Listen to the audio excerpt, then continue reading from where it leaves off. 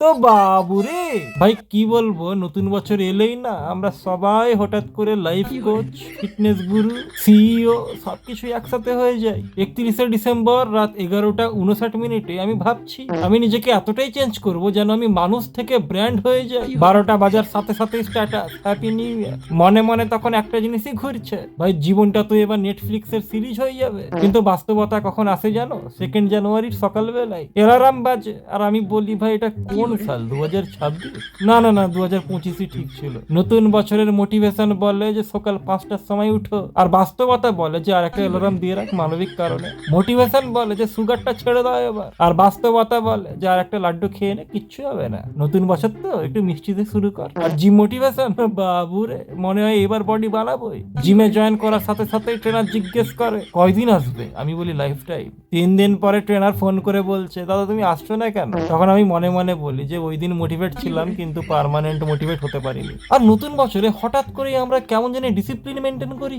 নতুন ডায়েরি কিনি, পেন কিনি, প্ল্যানার কিনি। ডায়েরিটা খুলে 1 জানুয়ারিতে আমরা লিখেও ফেলি যে এইবার জীবন বদলাবোই। আর 3 জানুয়ারিতে ওই ডায়েরিটা আলমারিতে ঢুকে বলে ভাই তোর কি আমাকে এরকম প্রত্যেক বছর কিনতে লজ্জা লাগে না? এরকম মিউজিয়াম আইটেম করে রাখিস খালি। আর ভাই মোটিভেশন ভিডিও, বাবুরে ওই মোটিভেশন দেখলেই মনে হয় এই লোকটা পারলে আমি কেন পারবো না। কিন্তু ভাই ওই লোকটা যেখানে উঠে দৌড়ায় আমি সেখানে ঘুম থেকে উঠে চা খাই, কারণ আমাদের দুজনেরই স্ট্রাগল আলাদা। ওর অ্যালার্ম বাজে মোটিভেশনে আর আমার অ্যালার্ম বাজে ডিপ্রেশনে। এই নতুন বছর এলে হঠাৎ করে কেমন জানি পেছনে মোটিভেশনের আগুন জ্বলে, আর 3 দিন পরে সেই অলস শরীরটা নিজের সফটওয়্যার আপডেট করে আবার পুনরায় একই জায়গায় ফিরে আসে। তবে হ্যাঁ, নতুন বছর এলে না একটা কাজ কিন্তু খুব ভালোভাবেই হয়, আমাদের আবার নিজেকে নিয়ে হাসার সুযোগ করে দেয়। এই নতুন বছর মানেই বড় বড় প্ল্যান, কিন্তু বাস্তবতা ছোট ছোট অজুহাত। আমরা সবাই চাই বদলাতে, কিন্তু বিছানাটা খুবই ইমোশনাল। নতুন বছরে আমরা বলি যে টক্সিক মানুষ আমাদের জীবন থেকে বাদ, কিন্তু বাস্তবে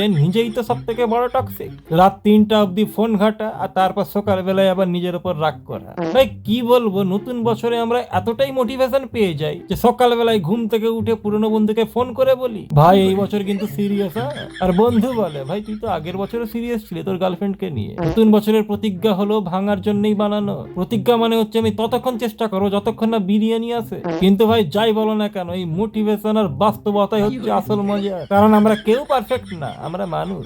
কারণ যারা নতুন বছরে প্রমিস করে না তারাই আলফামিনি বেঁচে থাকে স্টাইল নিয়ে। তো বন্ধুরা, এই বছরও যদি কিছু নাও হয় তাও চিন্তা নেই, নেক্সট ইয়ার তো আছেই, আবার মোটিভেশন ফ্রেশ হয়ে আসবে। এই নতুন বছরই আমাদেরকে একটা জিনিস শেখায়, আমরা কেউই বদলাই না, শুধু তারিখটাই পাল্টাই। কিন্তু তাতেও আনন্দ আছে, কারণ আমরা জানি এই নাটকটা প্রত্যেক বছরই হবে আর আমরা সবাই একসাথেই হাসবো। কারণ মোটিভেশন যায়, বাস্তবতা আসে, কিন্তু মুখে হাসি থাকলে জীবনটা আপনা আপনি চলে যায়। এই 2026-এর নতুন বছরে তুমি নতুন না হলেও কোনো সমস্যা নেই, পুরনো তুমি যদি এই বছরে একটু বেশি হাসো তাহলেই দেখবে তোমার এই বছরটা সাকসেসফুল।